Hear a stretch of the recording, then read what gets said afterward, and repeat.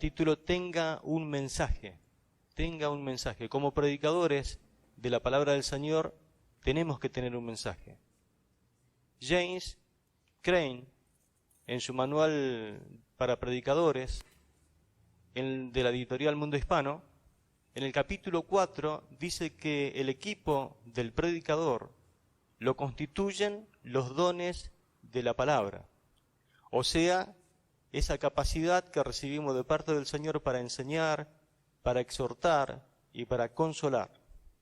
Esto lo podemos ver en Romanos capítulo 12, versículos 6 al 8, donde Pablo numera los dones del Espíritu Santo que Dios da a los creyentes, y en primera de Corintios capítulo 14, versículo 3 también, donde el apóstol hace una aclaración acerca que el don es para exhortar, para consolar y para enseñar.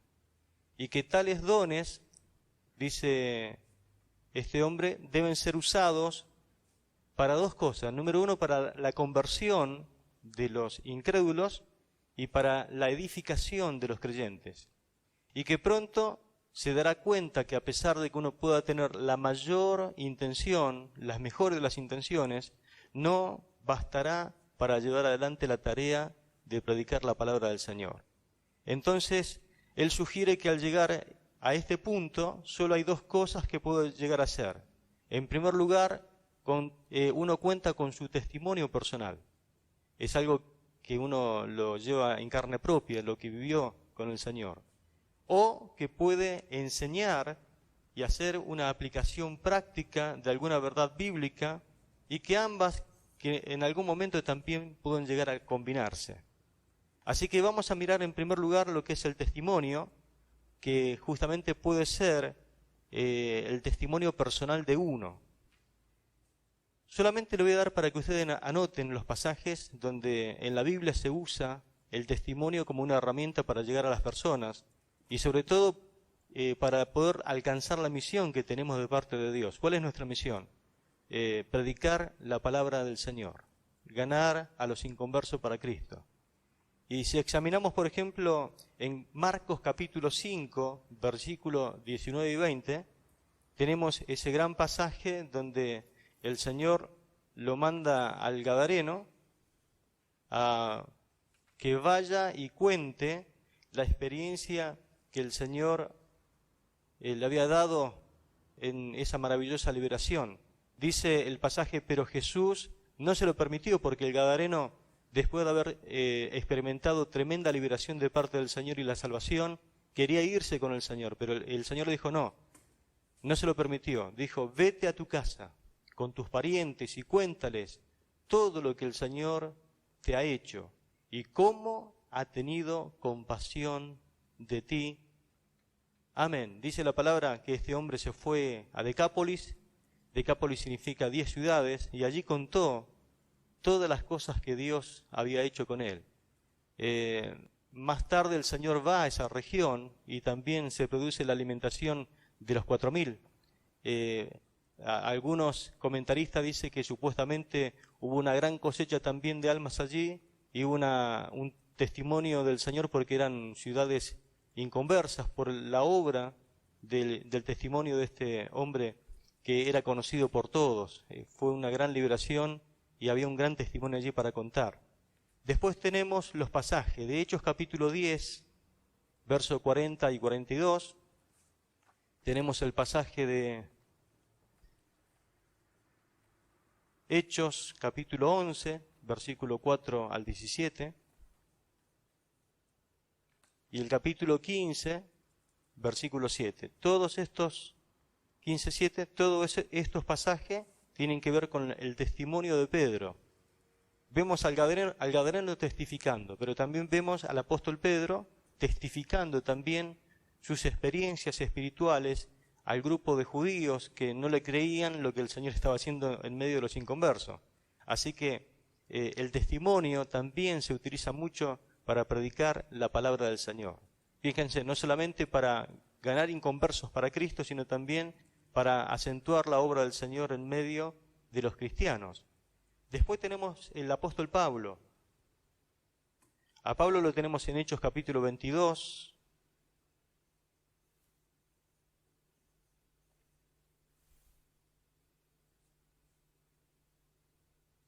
Verso 3 al 21. Después tenemos capítulo 26, versículo 1 al 32.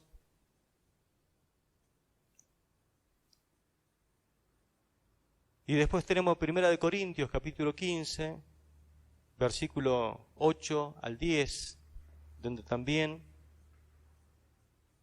el apóstol Pablo fue uno de los que más utilizó de exposición de su testimonio en lo que es la palabra del Señor. Pero en realidad, si uno lee atentamente y pausado el testimonio del apóstol Pablo, no va a tardar más de 3 minutos en leerlo. Pero cuenta detalles, cuenta su experiencia, indudablemente lo mezcla con algunas citas del Antiguo Testamento, y vemos que su experiencia sirvió justamente para lo que el Señor le dijo: yo te he llamado, yo te escogí para dar testimonio a aquellos que estaban en eminencia, a aquellos que a los cuales Él tenía que llegar. Ahora, este tipo de mensaje ofrece 4 ventajas que deben ser tenidas en cuenta. Repito, este tipo de mensaje, es decir, el testimonio personal, ofrece 4 ventajas que deben ser tenidas en cuenta. Número 1, el testimonio personal, escuchen, no requiere de una larga preparación. Entonces, el testimonio personal, número 1, no requiere de una larga preparación. ¿Por qué? Porque inmediatamente nosotros contamos con esa experiencia. Lo único que tenemos que hacer es un repaso breve en la mente, nada más. Segundo, el testimonio personal provoca interés. Ustedes mismos notarán cuando ustedes van a contar algo, o inclusive su testimonio personal, aunque ya los conozcan, pero provoca un interés personal. ¿Por qué? Porque las personas siempre quieren interesarse de lo que le pasa a las otras personas. Tercero, el testimonio personal es posible darlo en cualquier parte. Allí no necesitas solamente un púlpito que esté en un templo. El testimonio personal lo podés contar en tu trabajo, yendo al trabajo en un colectivo, lo podés contar acompañando a alguien en un auto, lo podés contar estando parado haciendo fila para pagar. Hay diversos púlpitos que te ofrecen las diferentes situaciones para poder contar tu testimonio. Y cuarto, el testimonio personal es convincente, porque uno lo habla con autoridad, porque es la experiencia de uno que es muy difícil refutarla, porque uno mismo lo está contando con esa autoridad, y la gente dice: mira vos, a mí también me gustaría tener esa experiencia que él ha tenido. Ahora, cuando uno usa el testimonio para predicar la palabra del Señor, lo que tienen que tener en cuenta también es que hay ciertas normas para poder hacer que el testimonio sea eficaz. Seremos más prácticos en cuanto a nuestro testimonio si no desvirtuamos las cosas y tenemos en cuenta las siguientes 6 recomendaciones. Hay 6 recomendaciones que hay que tener en cuenta para que el testimonio sea bien aprovechado. Ahí va la primera. Sea valiente. Claro que tenemos un testimonio para contar. ¿Qué dijeron los apóstoles? No podemos dejar de hablar lo que hemos visto y oído. Y eso queremos testificar, de eso queremos hablar a la gente. No podemos callar lo que hemos visto y oído. Pero ¿qué pasó? Que cuando ellos empezaron a predicar la palabra y sobre todo empezaron a dar testimonio de lo que el Señor hizo en medio de ellos, recibieron una gran paliza, una gran amenaza. Entonces, ¿qué pasa? En algunos casos uno no quiere volver a ser apaleado. Entonces, el enemigo usa esa estrategia muchas veces para amedrentarnos, para infundirnos miedo, para infundirnos terror. Entonces, ¿qué tenemos que hacer? Número 1, sea valiente. Siempre el enemigo va a tratar de intimidarte. Pero hagamos lo que hizo Pablo. En Efesios capítulo 6, versículos 18 y 20, el apóstol Pablo nos da una manera de actuar que sería bueno que nosotros también copiemos. ¿Qué dice Efesios 6, 18 y 20? Lo parafraseo un poquito. Dice Pablo, orando con todo tipo de oración,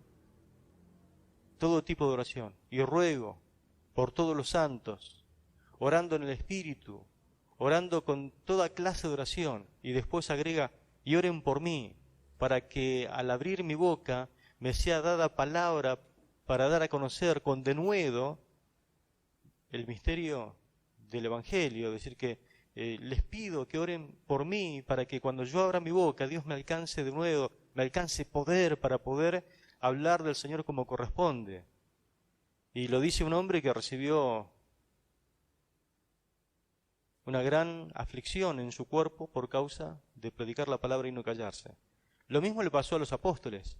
Cuando ellos salieron de ser amedrentados, habían sido latigados, habían sido amenazados de no hablar más en el nombre del Señor, los apóstoles fueron y contaron todo esto a la iglesia.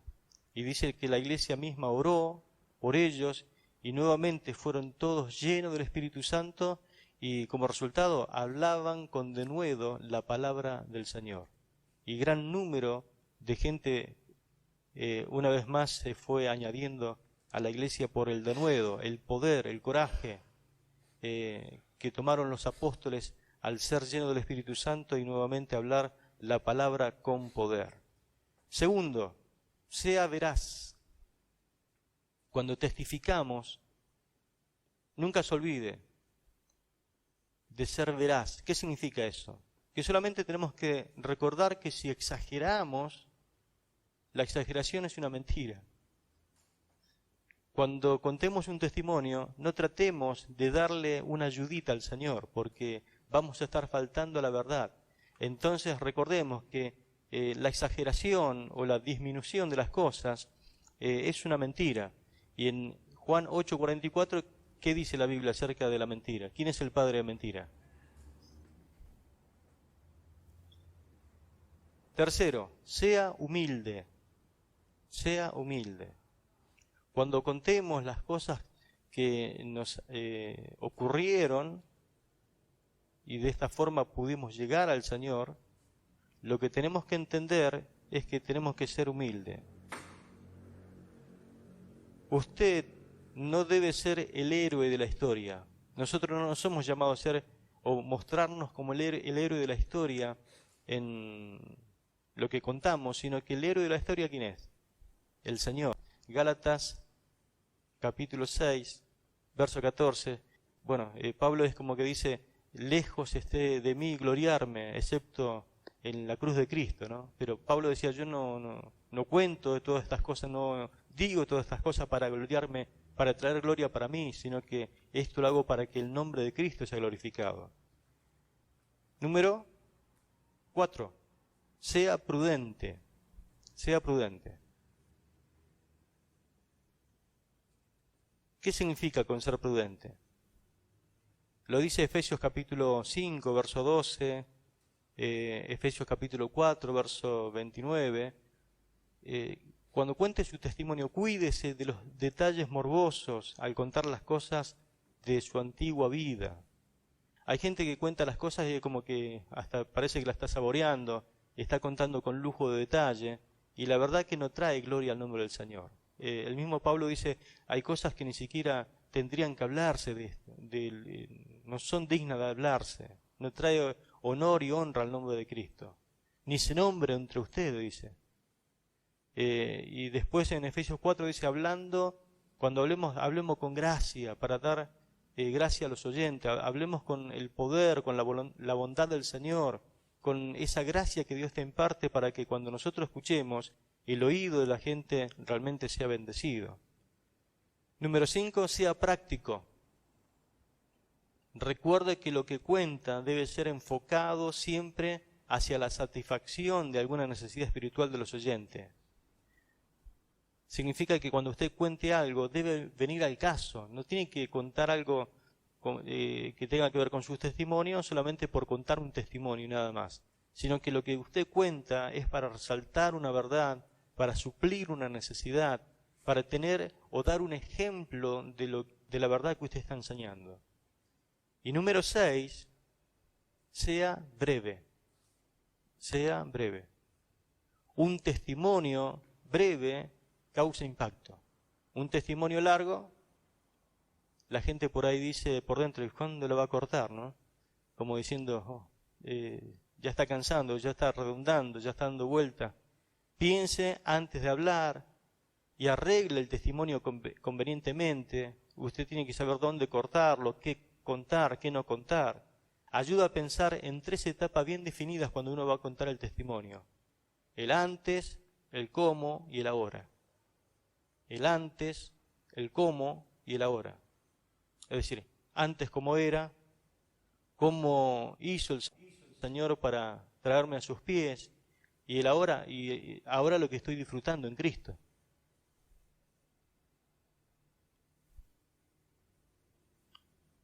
Y lo segundo que dice este hombre, James Crane, que el mensaje puede ser una enseñanza bíblica.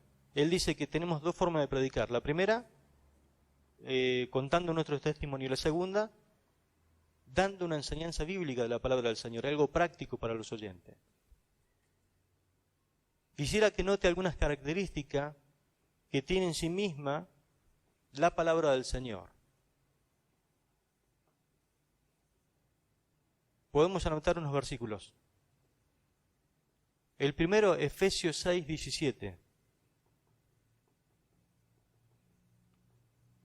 El segundo, Hebreos capítulo 4, versículo 12. El tercero, segunda de Pedro 1, 19.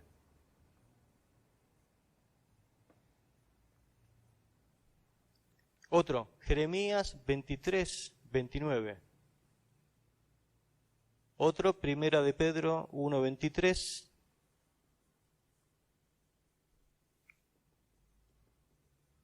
Y el último, segunda de Timoteo 3, 16, 17.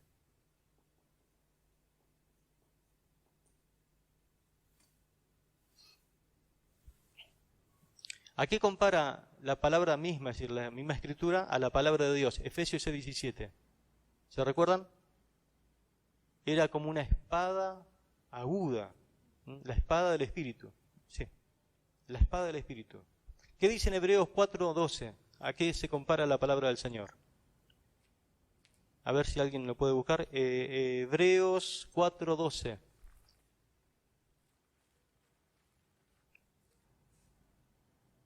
Sí. Porque la palabra de Dios es viva y eficaz, más aguda que toda espada de 2 filos, y que penetra hasta partir el alma y aún el espíritu y las coyunturas y tuétanos, y que discierne los pensamientos y las intenciones del corazón. Bien amplio el concepto que Hebreos, el autor de Hebreos, da acerca de la palabra del Señor, ¿no? En algunos casos dicen que es como un bisturí, que penetra hasta lo profundo y tiene el poder de dividir una cosa a la otra. En otras ocasiones algunos dicen, no es un bisturí, es como un cuchillo muy filoso que usaban los sacerdotes, que dividía el sacrificio, una para un lado, otro para otro. Pero bueno, lo que sea, la palabra de Dios es filosa, ¿sí? Y tiene el poder de penetrar hasta el alma, hasta el espíritu, allá en lo profundo, donde nada ni nadie puede penetrar. La palabra de Dios es poderosa, es la espada del espíritu, es cortante. ¿Qué dice segunda de Pedro 1:19?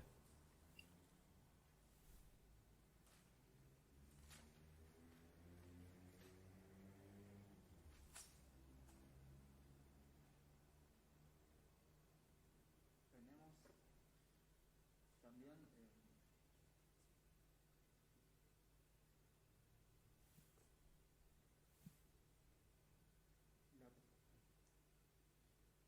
la palabra profética más segura, a la cual hacéis bien en estar atentos, como a una antorcha que alumbra en un lugar oscuro, hasta que el día esclarezca y el lucero de la mañana salga en vuestros corazones. Muy bien, gloria a Dios. La palabra de Dios es una palabra segura, es la palabra profética que no falla. Si uno pudiera hacer un estudio exhaustivo de las profecías que fueron, por ejemplo, cumplidas en Cristo, desde Génesis capítulo 3, versículo 15 en adelante, uno se va a dar cuenta que la palabra de Dios nunca ha fallado ni en un tilde ni en una jota, todo se ha cumplido. Y si todo se ha cumplido, se sigue cumpliendo y se cumplirá hasta el fin de los tiempos.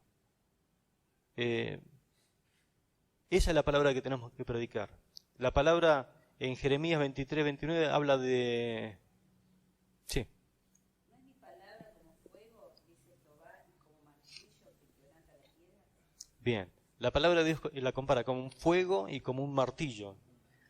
La palabra de Dios puede romper hasta el corazón más duro. Lo hizo con Pablo, lo hizo conmigo, lo puede hacer con cualquiera.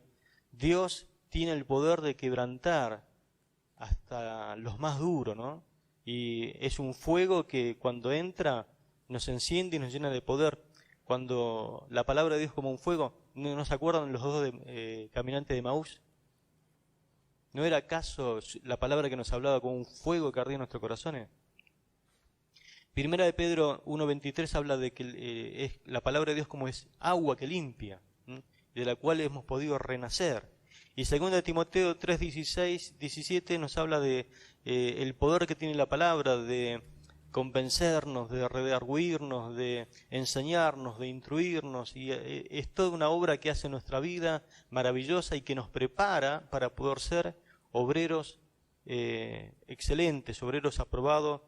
Dios nos preparó, nos hizo para buenas obras y vamos a caminar siempre y cuando andemos siempre con la palabra del Señor.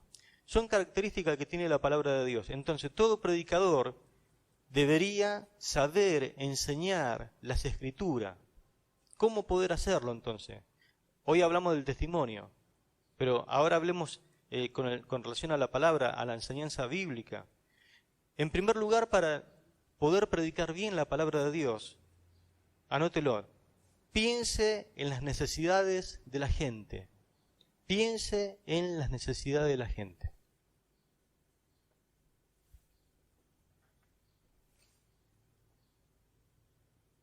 Creo que es maravilloso cuando uno va a la reunión por primera vez y uno dice, ¿cómo sabía el predicador todo lo que a mí me pasaba? Claro, era el Espíritu Santo que nos convencía, ¿no? Y parecía que nos desnudaba nuestro interior, como que estábamos expuestos. Pero ¿y cómo sabía él? Bueno, hubo una preparación del predicador. Dios lo usó, pero ¿qué más? Después como cristiano, como creyente, ¿no le pasó alguna vez que fue al culto y dice, Dios me habló? Dios trató personalmente conmigo en la predicación. ¿Y cómo sabía el predicador eso?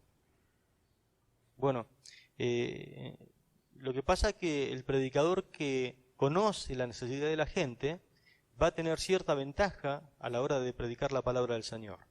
Entonces, conocer las necesidades de la gente, ese es el punto de partida. Siempre uno debe apuntar a un fin práctico. Se enseña una verdad bíblica para ayudar a los oyentes a resolver los problemas que ellos tienen y sobre todo los problemas espirituales que tiene la gente. Uno debe determinar cuál es la necesidad espiritual que reclama la atención y ahí apuntar los cañones. Entonces, una de las cosas que nosotros tenemos que hacer como predicadores, como pastores, como obrero, como siervo de Dios que me toca ministrar la palabra del Señor, escuche, tiene que aprender a diagnosticar.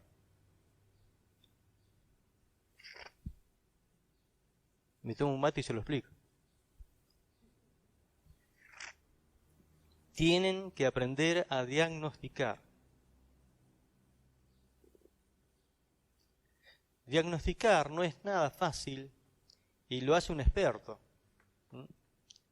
Recuerdo una vuelta que fuimos de vacaciones para la costa y fui con un problema de bomba de agua. Así que siempre cada tanto me paraba en algún pueblo a echarle agua al radiador, al recipiente de agua, y bueno, llegamos como pudimos a destino, y una vez que desempacamos, le digo a mi esposa, bueno, voy a un mecánico para a ver qué vamos a hacer con este tema. Entonces cuando abrí el capó del Senda, le digo, tengo pérdida de agua. Sí, dice, se nota. El recipiente, es decir, lo tengo que cargar cada 15 kilómetros o cada 30 según el calor. Le tengo que agregar agua alrededor para que no caliente y se queme la junta. Sí, sí, es verdad eso. Y se ve que lo que no anda es la bomba de agua. Correcto, me dice.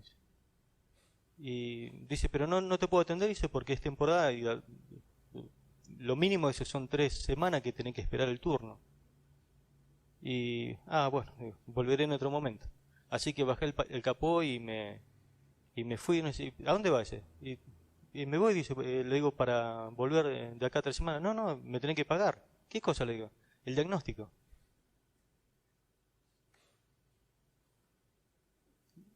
Resulta que el diagnóstico se lo di yo, ¿no?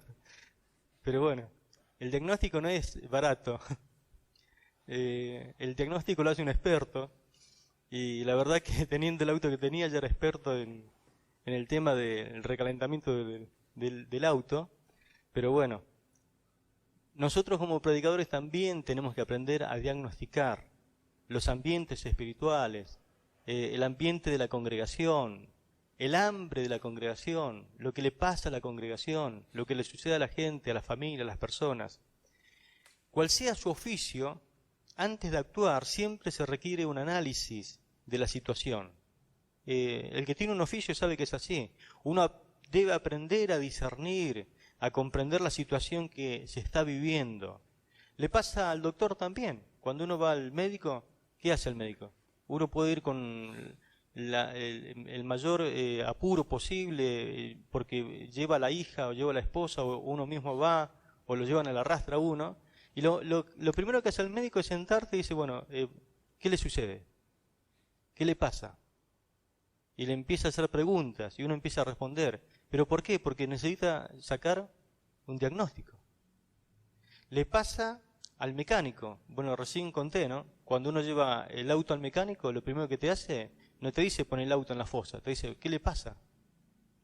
Necesita saber por qué uno trae el auto al mecánico. ¿Qué es lo que le está pasando a este auto? Entonces de ahí, más o menos se da cuenta de lo que le pasa. Le pasa al reparador de PC. Uno puede llevar apurado a su computadora al reparador, pero primero te va a decir, ¿pero qué le pasa a esta máquina? ¿Qué le está sucediendo? Y uno empieza a contarle lo que le pasó.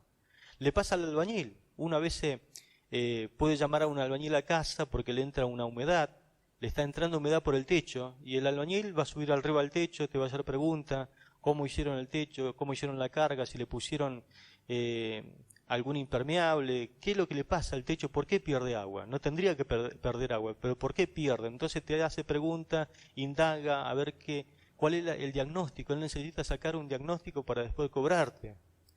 Es decir, ¿por qué te va a cobrar? ¿Y cuánto va a salir? ¿Y qué tenés que comprar para arreglar eso? Por supuesto, a un pastor le pasa lo mismo.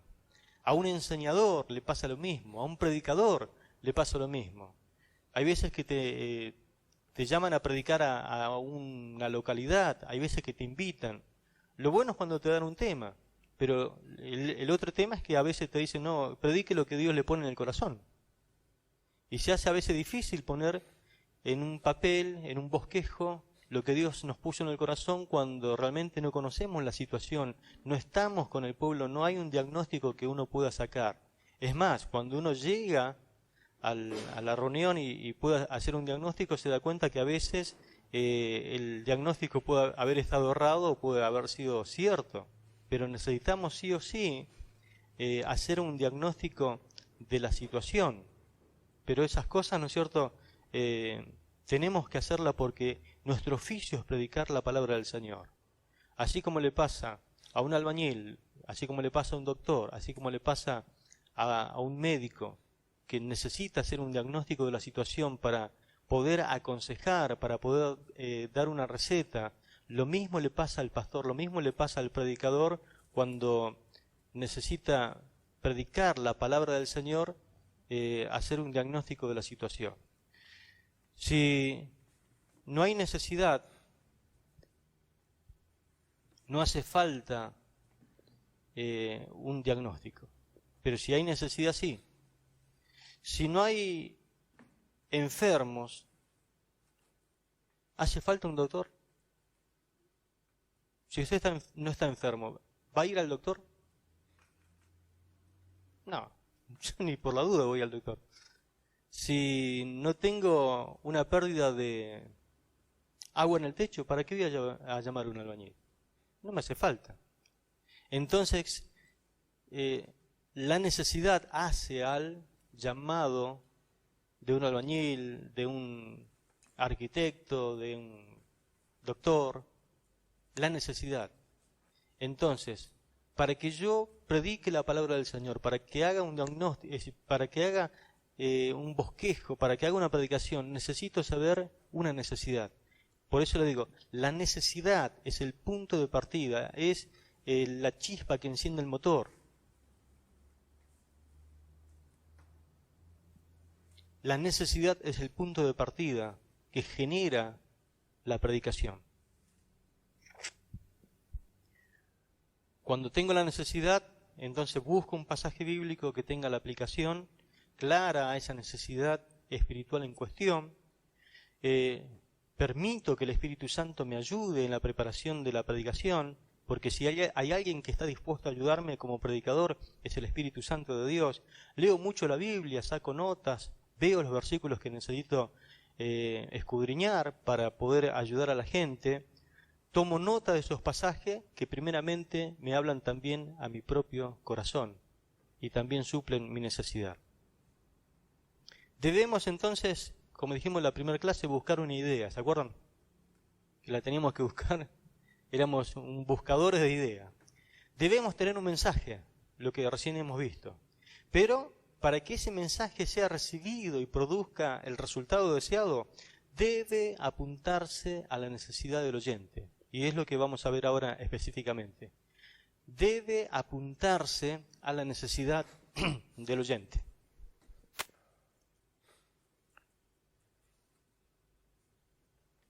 Y le puse como subtítulo a esto, kilómetro cero. Kilómetro cero. ¿Qué es kilómetro cero? Últimamente tuvimos que viajar hacia varias localidades lejanas que no conocíamos para tener claridad acerca del costo económico y los kilómetros a recorrer. Visité una página en internet que me la habían recomendado que se llama Kilómetro Cero. Está buenísima esa página. Funciona como tipo GPS, ese sistema de posicionamiento global, y siempre está allí para ayudarte en cualquier tipo de consulta que le hagas. Si tenés un auto gasolero, si tenés un auto nastero, o si tenés un auto con GNC, te va a sugerir diferentes rutas para que puedas volver a recargar el tanque de combustible. Inclusive te sugiere algunas cosas como para mejorar el viaje, para acortar caminos, y te dice, mira, este camino no es asfaltado, no es autopista. Pero siempre inicia con la misma pregunta. ¿Cuál es su destino? ¿Cuál es su destino? ¿Hacia dónde quiere ir? ¿O dónde pretende llegar? Si yo no llego, si no lleno ese casillero, el sistema no funciona. Te hace siempre la misma pregunta con la idea de ayudarte. No es que no quiera ayudarte, pero si no le respondes esa pregunta, la página no camina, no funciona. Ahora, como predicadores, nosotros deberíamos tener una página amiga, la cual podríamos consultar en nuestro viaje homilético, y debería preguntarnos seriamente, ¿hacia dónde quieres llegar con este mensaje? ¿Hacia dónde quieres llegar con ese mensaje? ¿Cuál es tu destino? Porque si no tenemos un destino, ¿cuándo sabemos que llegamos?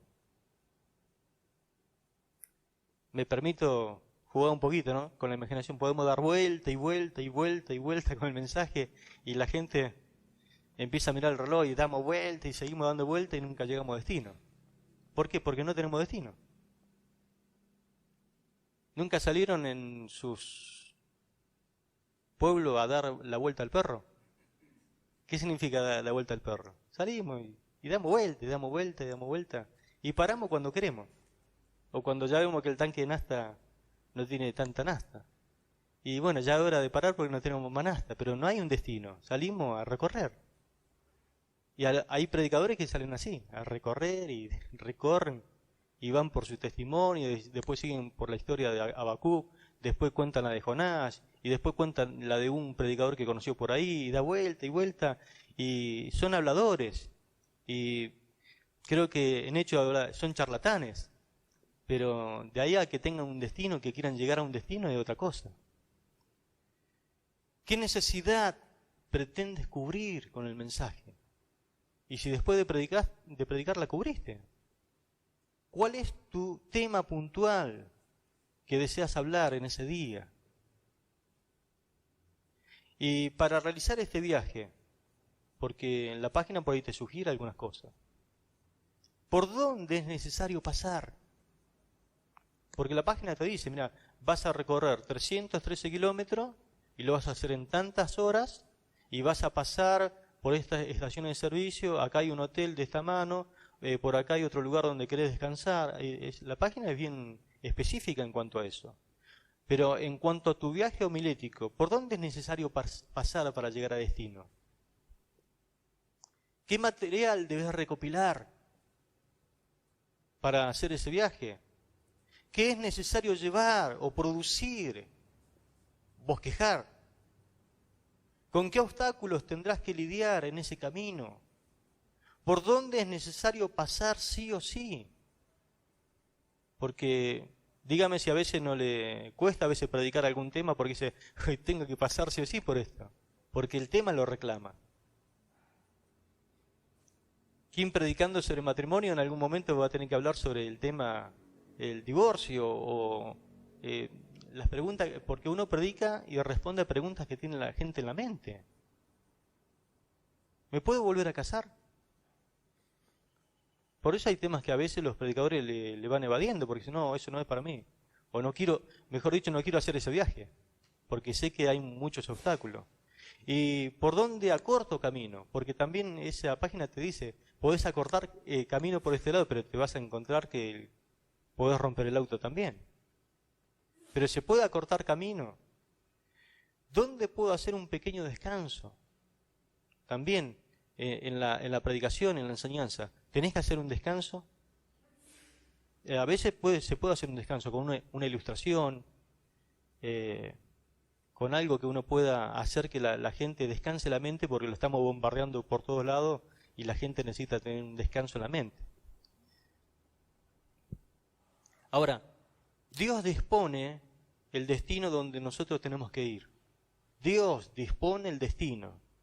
Nosotros elegimos la forma de llegar a ese punto. Es decir, el tipo de sermón que vamos a emplear. Inclusive te advierto que puedes hacer tu viaje placentero o repleto de ansiedad.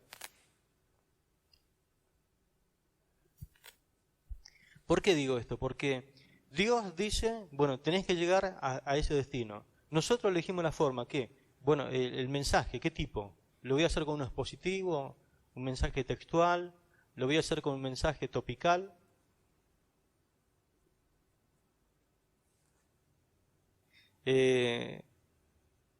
¿Por qué el viaje lo podemos hacer placentero? Porque a uno le encanta enseñar la palabra de Dios siempre que tenga ilustraciones, que tenga aplicaciones prácticas, que haya ido a algún lugar para poder traer algo que la gente no conocía, y entonces, bueno, es hermoso. Pero también repleto de ansiedad. ¿Por qué? Porque si no oré, si no busqué la explicación del texto, si no sé cómo interpretarlo correctamente, si no sé cómo aplicarlo correctamente, porque si no lo observé al versículo correctamente, por ende no lo interpreto correctamente y por ende no lo voy a aplicar correctamente, voy a causar un estrago en la mente de la gente. Voy a hacer como hizo el hijo en la escuela de profeta, dio potaje nocivo. El guiso estaba bueno, pero agarró una calabaza que no conocía, la mandó a la olla, dijo, qué sé yo lo que es, lo mandó a la olla y cuando fueron a probar había veneno en la olla. Y lo llamaron al profeta y echó la harina de la sana doctrina como para restablecer nuevamente el guiso y se lo comieron todos, los hijos de los profetas, que tenían un hambre terrible. Pero bueno,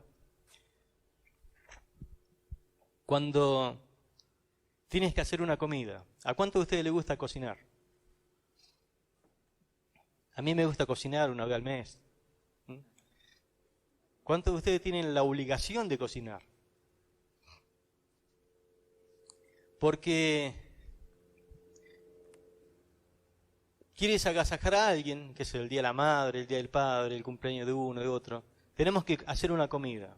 O simplemente porque te toca cocinar y querés cumplir lo mejor posible con tu responsabilidad, lo primero que debes elegir, ¿qué es? El menú, es decir, qué tipo de comida vamos a hacer. Debes tomar una decisión y luego pensar qué tenés en casa y qué ingredientes te hacen falta comprar para poder completar el menú elegido. Para recién después ir al mercado y poder comprar eso que te hace falta. Pero nos tomamos un momento, pensamos, elegimos, indagamos qué tenemos en casa, abrimos la heladera, abrimos donde guardamos la verdura, miramos el freezer, a ver qué podemos hacer y qué me hace falta. ¿Te hace falta un pimiento? ¿Te hace falta una zanahoria? ¿Un ajo? ¿Qué es lo que te hace falta para poder hacer más rica esa comida? Pero todo inicia con una elección, con una decisión. Tenés que tomar esa decisión, sí o sí, en un momento. No vas primero al mercado y recién después elegís lo que ibas a cocinar. Porque vas a comprar de todo en el mercado. Y vas a comprar de todo tipo de cosas. Y encima quizás ni siquiera con lo que compraste llegues a completar lo que te hace falta para un menú. Pero entonces todo parte de una elección y después te das cuenta lo que necesitas para llevarlo a cabo. En tu menú homilético también pasa igual de esa manera. Primero eliges un tema para predicar. Primero eliges un tema para predicar. La necesidad a cubrir. Luego debes hacerte de ciertos elementos para hacer más apetecible ese sermón que vas a preparar. Seguramente no quieres presentar algo así nomás, porque querés cumplir tu responsabilidad lo mejor posible. Donde hay veces que en algunas comidas homiléticas lo que notamos es falta de preparación. Como a veces cuando te presentan una comida en el plato, la mirás y uno empieza a hacer así con la cabeza, ¿no? ¿La como o no lo como? ¿Lo como o no? Pero en algunas preparaciones homiléticas denota falta de preparación, falta de desarrollo, falta de profundidad, falta de esmero, falta de lectura, falta de comparación de los textos. Denota falta de la correcta observación que conduce a una correcta explicación, falta la correcta interpretación del texto, falta una correcta aplicación del texto para nuestros días. Y si no lo cocino bien, es decir, por más que le haya puesto las cosas que van, pero necesita tiempo, elaboración. Un tema elegido, al igual que un menú elegido, te conducirá a escoger ciertas herramientas necesarias para un correcto desarrollo. Es decir, si a un albañil se le pide que se revoque una pared y piensa un poquito, bueno, tengo que llevar la cuchara, tengo que llevar el balde, voy a llevar la máquina hormigonera, me hace falta la plomada, las reglas, el fratacho. Piensa en qué le hace falta para hacer el trabajo. Bueno, cuando se te pide que prepares ciertos tema espiritual o cierta predicación, ¿qué hace falta?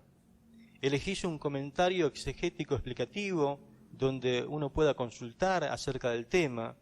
Después querés agregar una definición de esa palabra en un diccionario bíblico, y también, ¿por qué no consultar a la RAE? ¿Qué es la RAE? La Real Academia Española, para ver la palabra en el diccionario español. Agregás una consulta al diccionario hebreo-griego, quizás para saber la raíz de esa palabra. Visitás al compendio manual como para hacerte un contexto político de la situación, además de indagar en un libro de consultas o de costumbres bíblicas que leíste en una oportunidad para interiorizarte sobre alguna práctica en aquellos tiempos bíblicos.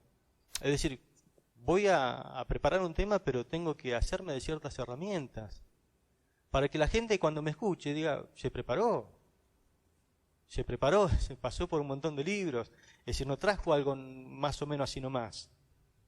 Podés preparar un gran plato y disfrutarlo, o pretender hacer lo mismo, pero medio cocido, medio desabrido, medio mal presentado, porque también pasa eso. La comida puede ser hermosa y apetecible y muy sabrosa, pero si lo presentás mal al plato, y por ahí no da gana de comerlo. La presentación tiene que ver con la homilética. Lógicamente, todo lleva tiempo. Cocinar también lleva tiempo. Yo recuerdo a mi suegro cuando le tocaba cocinar, se levantaba a las 6 de la mañana. Y estaba toda la mañana cocinando. Pero cuando comíamos eso, al mediodía, le decíamos, ¿y mañana querés cocinar de vuelta? Porque salía riquísimo. Pero ¿qué pasa? El hombre le dedicaba el tiempo que merecía. Un buen asado lleva su tiempo. También lo puede hacer medio como la faldita, ¿no? En media hora ya está. Vuelta y vuelta, como dicen. Pero no todo es faldita. Un buen asado lleva su tiempo. Una buena comida lleva su tiempo. Y una buena comida homilítica también lleva su tiempo, su preparación. Una buena comida casi siempre se hace a fuego lento. Todo lo bueno tiene su costo. Porque yo recién mencioné algunas herramientas ahí que tienen su costo. Una vuelta un pastor me dijo, ¿viste el libro que te vas a comprar? Porque yo le pedí una sugerencia. Bueno, ese libro es así, sí, es así. Bueno, hay un libro del mismo tema, pero es así. Sale mucho más caro ese, pero una vez que lo compraste sirve para siempre. Pero yo te sugiero que no compres el que es así, comprate el que es así, me dice. Fue una buena sugerencia, yo lo tomé, porque fue un buen consejo de un pastor que nos lleva experiencia, mucha experiencia por delante. Y el que tiene oficio sabe que en algún momento tiene que invertir. Usted siempre va a ver a un albañil que se quiere comprar un cucharín, pero si tiene una cuchara, pero sabe que le hace falta el cucharín. Después se va a comprar una cuchara para pegar ladrillo de 30. Es más grande, claro, porque tiene que cargar más y no le conviene la mediana ni la chiquita, le conviene la más grande. Y la esposa dirá, ¿pero para qué te compras eso? Si ya tenés. Digo, pero necesito este tipo de herramienta. Y necesita más reglas. Y necesita otros elementos, ¿no? Más balde, porque también va a tener más ayudante. Y ustedes van a ver que hay gente que vive comprando esa herramienta. ¿Por qué? Porque tiene un oficio en el cual invierte. Bueno, los pastores tenemos también que comprarnos las herramientas necesarias para nuestro oficio. Compraremos Biblia de estudio, compraremos diccionarios, comentarios, libros afines, un montón de cosas que a veces uno dice, pero ¿para qué la compras si no? No, está ahí, la herramienta está ahí para el momento que la tenemos que utilizar. Así que tendremos nuestras grandes bibliotecas, que son las herramientas que no tenés que prestar libros, pero después no te lo devuelven más. Pero bueno, las herramientas van y vienen, o te lo presto pero no lo rompa, y así, con el cuidado necesario, porque todo cuesta muchísimo. Y siempre uno va haciéndose de más herramientas, en lo posible. Hay herramientas tecnológicas que también en este tiempo nos sirven, y son muy útiles, pero de alguna forma tenemos que hacernos de muchas herramientas, y los tiempos van cambiando también. Tenemos que reinventarnos también como todo el mundo se reinventa en sus oficios, pero tenemos que tener en cuenta eso, ¿no? Que todo tiene un costo, además de necesitar constancia y disciplina en el estudio, porque si no tenemos eso, por más que tengamos la herramienta. Rodolfo Polignano, en su libro Cómo mejorar la predicación, sugiere que lo primero que debe pensarse al preparar un sermón es la necesidad del oyente, que debemos enfocarnos en el oyente. Y hay sermones que son excelentes en su preparación, pero no llegan al corazón de la audiencia de quien lo escucha. ¿Por qué? Porque no llegó a suplir la necesidad de los oyentes. Imaginemos dos escenas. La primera, si alguien va a predicar a un grupo de personas de condición muy precaria, no sé si alguna vez le tocó predicar a una villa, 4 chapas, el techo casi en la cabeza, usted entra a ese lugar, gracias que entró, no sabe si va a salir, pero ahí está predicando. Quizás sea de noche, tiene que ir con alguien que lo conduzca. Ese grupo de gente que apenas tiene para comer, o en ocasiones hasta pasa hambre, y les hablás en ese día de no afanarse con los bienes materiales, de no hacer tesoros en la tierra. Claro, probablemente la gente no escuche el mensaje, no porque no sea bíblico, porque a lo mejor fue bien bíblico y fue bien preparado, o esté mal desarrollado, sino porque no apunta a la necesidad del oyente. Sí. Claro. Es decir, no es la necesidad que ellos tienen. Ellos necesitan otra clase de palabra. Le pongo otro ejemplo que lo van a notar mejor. Se me convocó a hablar a un grupo de empresarios y profesionales que supuestamente ya tienen la vida media resuelta, ¿no?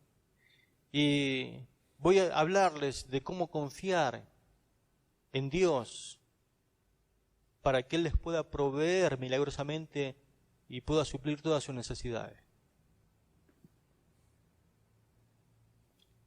Los empresarios van a mirar el reloj así y van a decir, ¿cuánto va a durar esto? Porque no tienen esa necesidad, ya tienen el problema económico resuelto ellos, pero sí tienen otras necesidades. ¿El mensaje está mal? No, no está mal. ¿Está mal desarrollado? No, no está mal desarrollado. Es más, es profundo el mensaje. Pero ¿me equivoqué de qué? De necesidad. Estoy apuntando quizás de los empresarios y alguno medio se coló y a lo mejor la está pasando mal, pero uno. Pero la mayoría va a decir... Y así pasa muchas veces, ¿no es cierto? Cuando uno va a predicar la palabra y está escuchando el mensaje y uno piensa en su interior, pero no tengo esa necesidad o no es mi necesidad. Entonces, no es que uno cierra el corazón, sino que no le está pegando al blanco el predicador. Esto mismo aplica a las situaciones dramáticas de la vida. Todos tenemos... Sí. Yo pensaría, no sé si encaja, pero yo pensaría, cuando se trata de empresarios, me lleva a lo que le pasó a ese empresario que Dios le dijo, hoy viene a espiritual. También, pues, una gran necesidad, ¿no? Porque tenía todo, pero... Tenía todo resuelto y planificado el futuro, menos su vida espiritual, ¿no? Y a muchos que ya lidian con el tema del dinero, lo que menos piensan es partir a la eternidad, es verdad. la gente constantemente escucha comentarios sobre algún tema, por ejemplo, de actualidad, y necesita que el predicador, el pastor, el hombre de turno, le dé una visión, una perspectiva acerca de la situación a veces que nos toca vivir. A veces erróneamente se piensa que no podemos hablar sobre algún tema que estemos viviendo a nivel mundial porque dicen, no, yo predico la palabra de Dios, dice. Como que se aferra a eso y no quieren salir de eso. Está bien, es bueno predicar la palabra de Dios, pero debemos recordar que la Biblia también habla de todo y de todos y nos permite enfrentar los temas actuales desde la óptica de Dios, y tampoco podemos ir al extremo, ¿no es cierto? ¿Cuál es el otro extremo? Que hay púlpitos que a veces parecen el noticiero de actualidad. Es decir, tampoco vamos a ese extremo. Hay gente que lo único que agarra es el diario y dice, voy a predicar sobre esto. No, ese es otro extremismo. Ahora, muchos mensajes de Dios fueron dados al pueblo y pueden basarse, no sé si alguna vez leyeron el libro de Amós. Cuando uno lee Amós, se da cuenta que Amós tiene un mensaje actual para su tiempo. Y habla sobre los jueces, habla sobre la corrupción, habla de los que tenían que poner justicia no la ponen, habla de un montón de circunstancias sobre la parte religiosa de aquel tiempo. Bueno, Amós fue uno y dice la tierra no podía resistir las palabras de Amós. Y fueron y lo hicieron callar. Le dijeron, pero yo no soy ni profeta ni hijo de profeta, yo lo único que soy un boyero y me dedico a esto, pero Dios me habló y lo que traigo es palabra de Dios contra ustedes, así que arrepiéntanse nomás. Y era un mensaje actual. Nosotros también podemos traer un mensaje actual. Por ejemplo, a mí me ocurrió que tuve que predicar la semana después del día 11 de septiembre del 2001. ¿Se acuerdan lo que pasó el 11 de septiembre del 2001? Hubo un acontecimiento mundial, ¿no es cierto?, donde cayeron las dos torres de Gemelas allá en Estados Unidos y una tercera cayó allá en el Pentágono, creo, por ahí cerca. Y la gente, ¿qué piensa la gente? Así que me preparé un mensaje acerca del terrorismo. ¿Habla la Biblia del terrorismo? ¿De la doctrina del terror? Sí, habla. Habla como un estilo de vida que utilizan muchos pueblos, ¿no? O utilizaban. Me acuerdo que tuve un buen resultado ese día porque generé en las personas cierta opinión, que no sabían qué pensar. Excepto uno que vino directamente y me atacó. Nunca me voy a olvidar las palabras que me dijo. Pero te olvidaste de decir esto, me dijo. Y bueno, yo no estaba tan actualizado como él, según él, ¿no? Pero bueno, hay veces que en el mensaje cosechamos buenas y malas. Lo bueno es que te vayan y te lo digan enfrente, eso está bien. Pero la gente necesitaba oír algo del púlpito acerca de lo que había pasado. Y está bien que nosotros le digamos y consultemos también con otros siervos de Dios que nos preceden, que tienen cierta autoridad sobre nuestra vida para no errar tampoco, porque nosotros no tenemos la única verdad o no somos lo que solamente tenemos cierta opinión. Tenemos que nutrirnos de otras opiniones y ver también con aquellos que tienen una opinión diferente y a ver si en la pulseada gano. Y si no gano, ni directamente la llevo al púlpito, porque me doy cuenta que estaba pensando incorrectamente. A ver qué es lo que, o me falta nutrirme de algún pensamiento. ¿Está bien esto que voy a predicar? Fíjate, voy a decir esto. ¿Está bien? ¿Qué te parece? Un doctor a veces consulta a otro doctor porque dice, che, ¿le estoy errando o qué te parece? Te va a decir, sí, dale para adelante, o te va a decir, no, mira, para mí está cerrado. ¿Por qué? Y por esto. Bueno, entonces uno toma, pero uno no es decir, uno no puede pecar de orgulloso o de vanidoso, no es el único instrumento de Dios en la tierra. ¿Sí? Hay otros que tienen por ahí mucha experiencia más. ¿Qué dice la Biblia acerca de la pandemia? que estamos viviendo nosotros a nivel mundial. Tiene una palabra de Dios al respecto. Entonces tenemos que darla, tenemos que por ahí explayarnos, decir. Algo por ahí le puede entrar al pueblo de Dios. Para mí personalmente, lo que estamos viviendo no es solamente algo que vivimos nosotros, sino que se ha vivido a través de los tiempos. Y cuando Dios permitió que algo sucediera como una plaga o lo que viniera una peste sobre la tierra, tenía solamente un fin: que el pueblo se volviera a Él, se arrepintiera de su mal camino. Entonces hay cosas que Dios permite, como las sequías, como el destrozo en la naturaleza, donde parece que nos pega, donde permite que se nos pegue donde más nos duele, pero asimismo a veces que la gente no se vuelve a Dios, se vuelve contra Dios y le están errando al blanco. Lo que pasa cuando no llueve, lo que pasa cuando pasan estas catástrofes, es que la gente tiene que volverse a Dios. Cuando la gente se vuelve a Dios, en la Biblia nuevamente se abre el cielo, nuevamente Dios bendice, pero tenemos que generar la respuesta que Dios quiere de su pueblo. Si no, lo estamos cerrando al blanco. Hay distintas necesidades. Las necesidades de las personas varían de acuerdo a su situación espiritual dentro del pueblo de Dios, ¿no? A su edad. ¿Es la misma necesidad la que tiene un adolescente de una persona de 84 años? Sí, son diferentes necesidades. Tienen diferentes necesidades por su realidad económica, por su realidad física, su realidad intelectual. Si debe predicarse en un campamento de jóvenes, las necesidades, ¿con qué se tienen que relacionar? Con el mundo juvenil.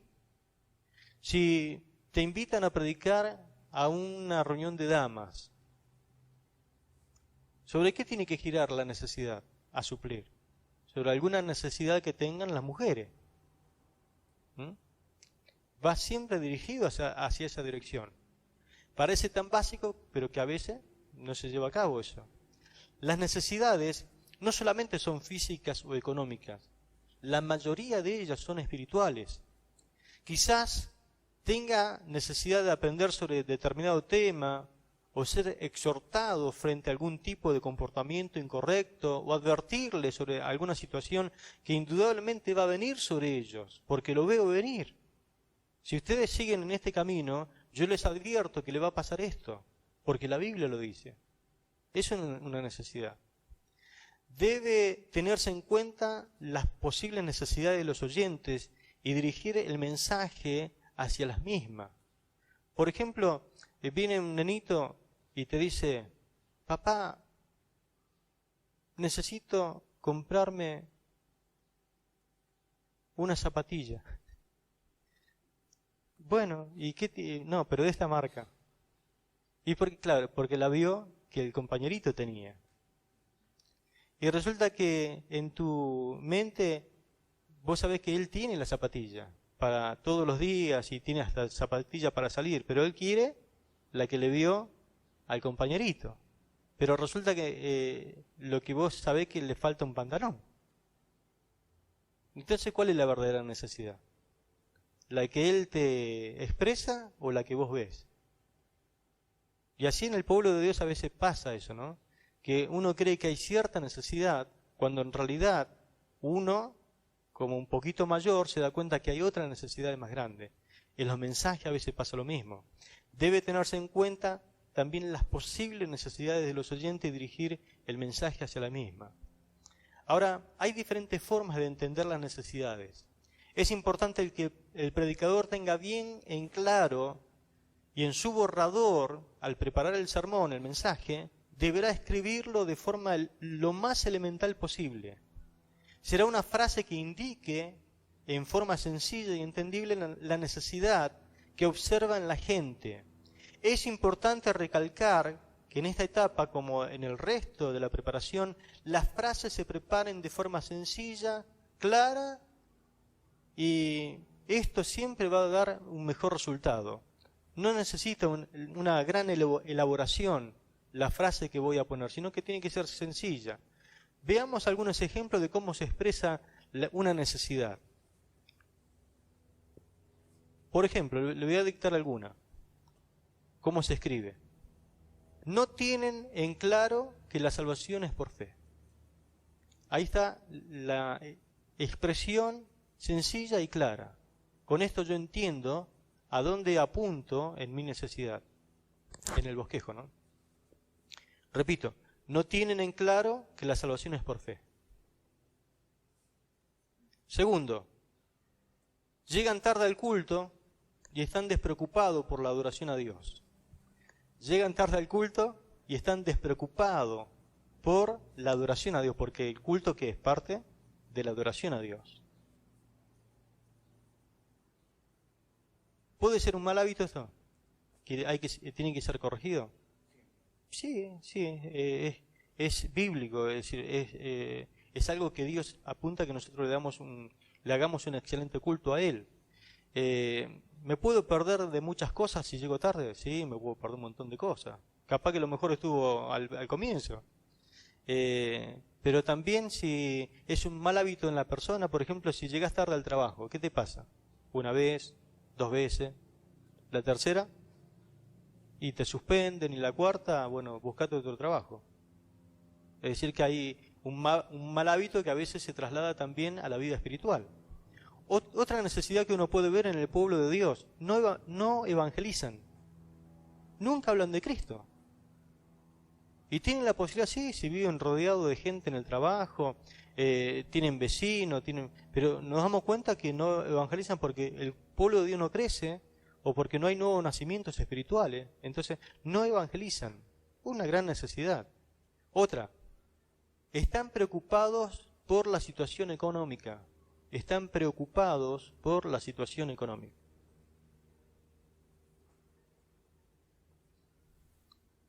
Solamente lo menciono como una necesidad dentro del pueblo. ¿Por qué? Porque perdió el trabajo, el otro también, el otro tiene peligro que lo echen. Entonces en el pueblo mismo yo me doy cuenta. ¿Por qué? Porque estoy hablando con la gente, me rodeo con ellos y ellos denotan esa preocupación. Pastor, no sabemos si el lunes me van a llamar para trabajar. Entonces todo eso trae a que posiblemente traiga un mensaje que tenga que ver con el tema situación económica, ¿no?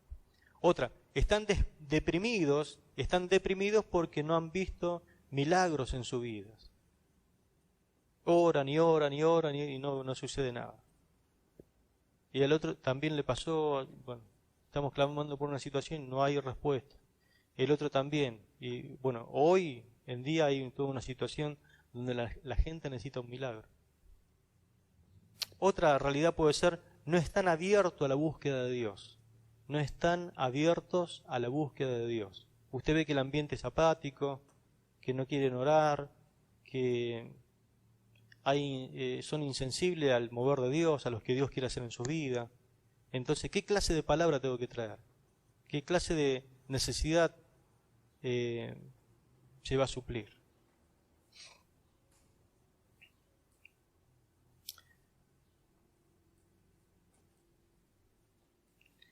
Entonces, en forma sencilla, se descubrirá cuál es la necesidad a la que se debe apuntar los cañones.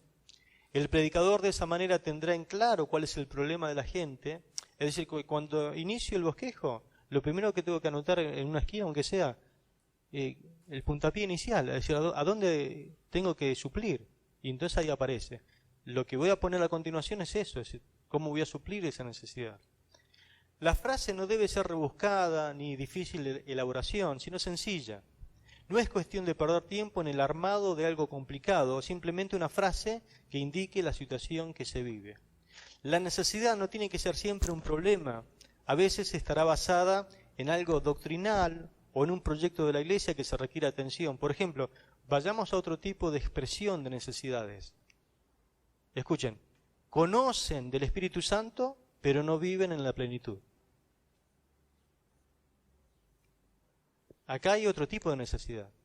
Es decir, tienen, pero vamos por más. Conocen del Espíritu Santo, pero no viven en la plenitud. ¿Se dan cuenta que ese es otro tipo de mensaje?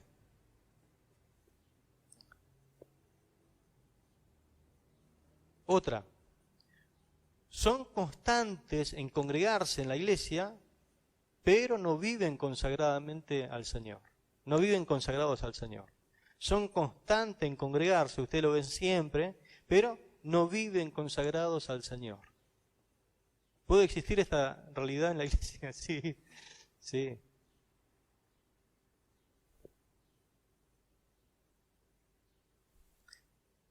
Les tiro otra. Oran, pero necesitan conocer más acerca de la oración. No es que no oran. Hay veces que pueden estar 1 hora de rodilla, pero usted se da cuenta por el tipo de oración que hacen que no conocen en profundidad el tema de la oración. Se dan cuenta, todo esto son chispas que quieren arrancar un motor. Es lo que hace germinar una predicación. Es ese embrión, ¿no? Otra necesidad. Comenzará una campaña y es necesario que evangelicen. Porque una campaña sin evangelización no sirve para nada. No da resultado. Comenzará una campaña y es necesario que evangelicen.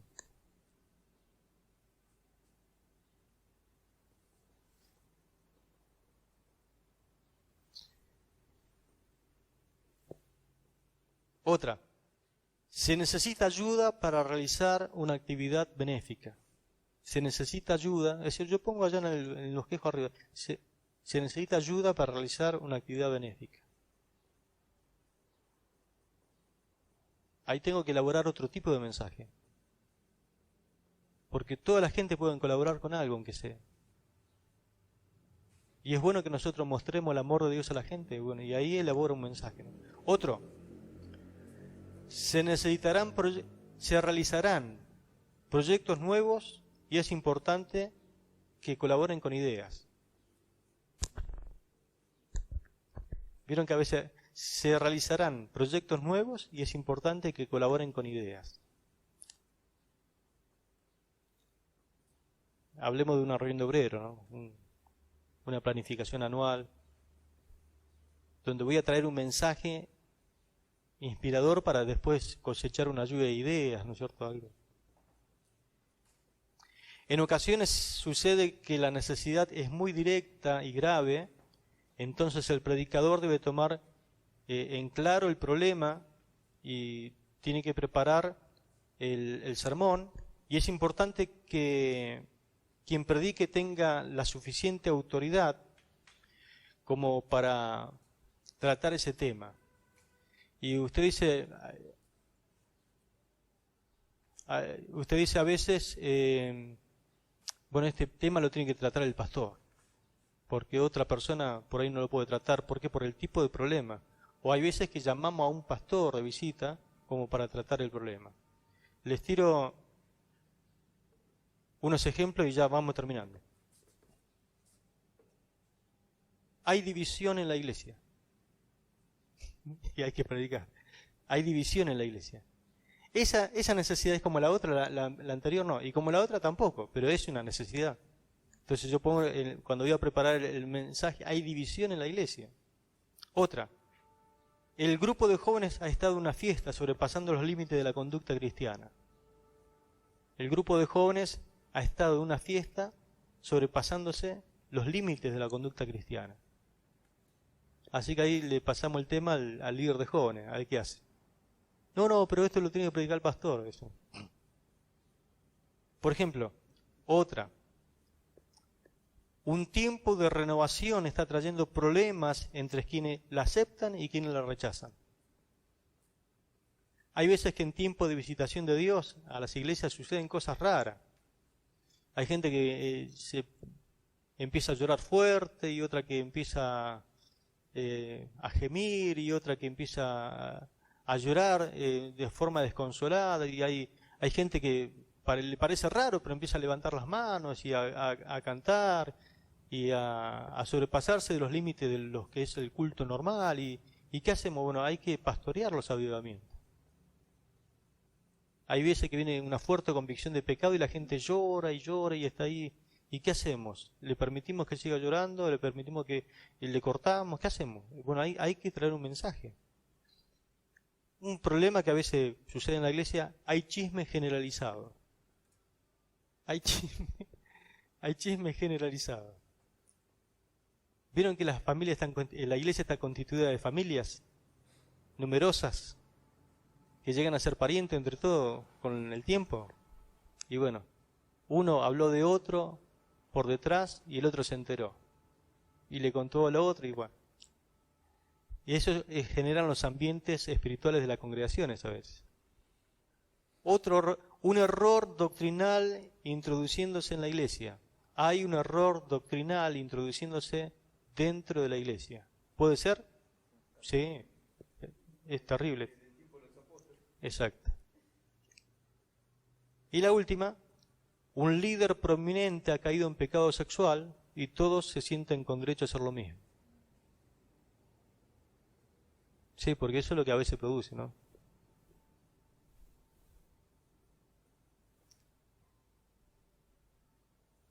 En síntesis, tener en claro las necesidades es la base para comenzar a preparar un sermón. El entender que si el sermón no responde a la necesidad del oyente, no puede esperarse que lo ponga por obra después. No nos llevará a trabajar sobre este tema. Esto a la vez se transforma en un ejercicio de humildad al poner como prioridad al oyente. Mi prioridad al preparar un sermón tiene que ser el oyente, no uno mismo. Ahora, al preparar el sermón, no se recorrerá toda la Biblia para ver de qué voy a hablar, sino que se centrará la expectativa en aquel tema que responda a la necesidad del oyente. Por ejemplo, si me toca predicar sobre el chisme, voy a buscar los versículos que estén relacionados con eso. O qué fue algún acontecimiento en la Biblia que habla sobre el chisme. No es que empiezo a recorrer la Biblia de punta a punta y le pongo el dedo y de esto voy a predicar. No. Tengo una necesidad y de ahí voy a buscar los versículos pertinentes. Note cómo se analizó el primer concepto y que ya nos facilita bastante el tema de la predicación. Hay veces que la gente no está consciente de su necesidad. En otras palabras, al leer el texto bíblico recién puedo entender mi necesidad.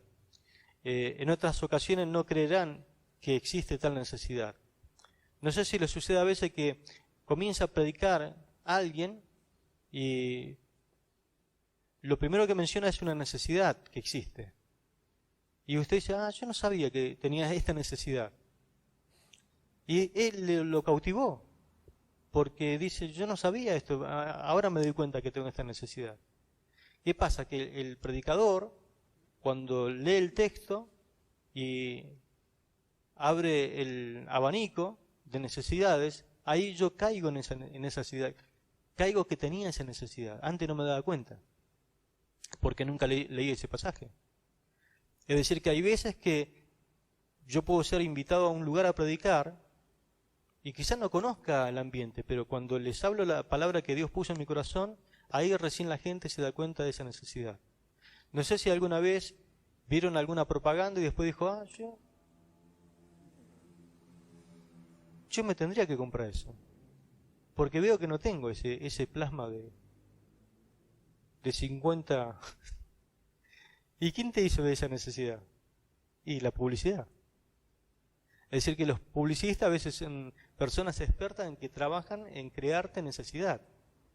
Vos no tenías esa necesidad antes de ver esa publicidad, pero después te querés comprar el último celular y después ¿por qué? Porque te muestra un montón de cosas que no tenés todavía. Bueno, hay veces que nosotros predicamos la palabra del Señor y también hacemos ver a la gente que tienen esa necesidad porque nunca se pusieron a leer ese texto o porque nunca escudriñaron esa palabra y se dan cuenta que tienen que reclamar esa promesa de parte del Señor.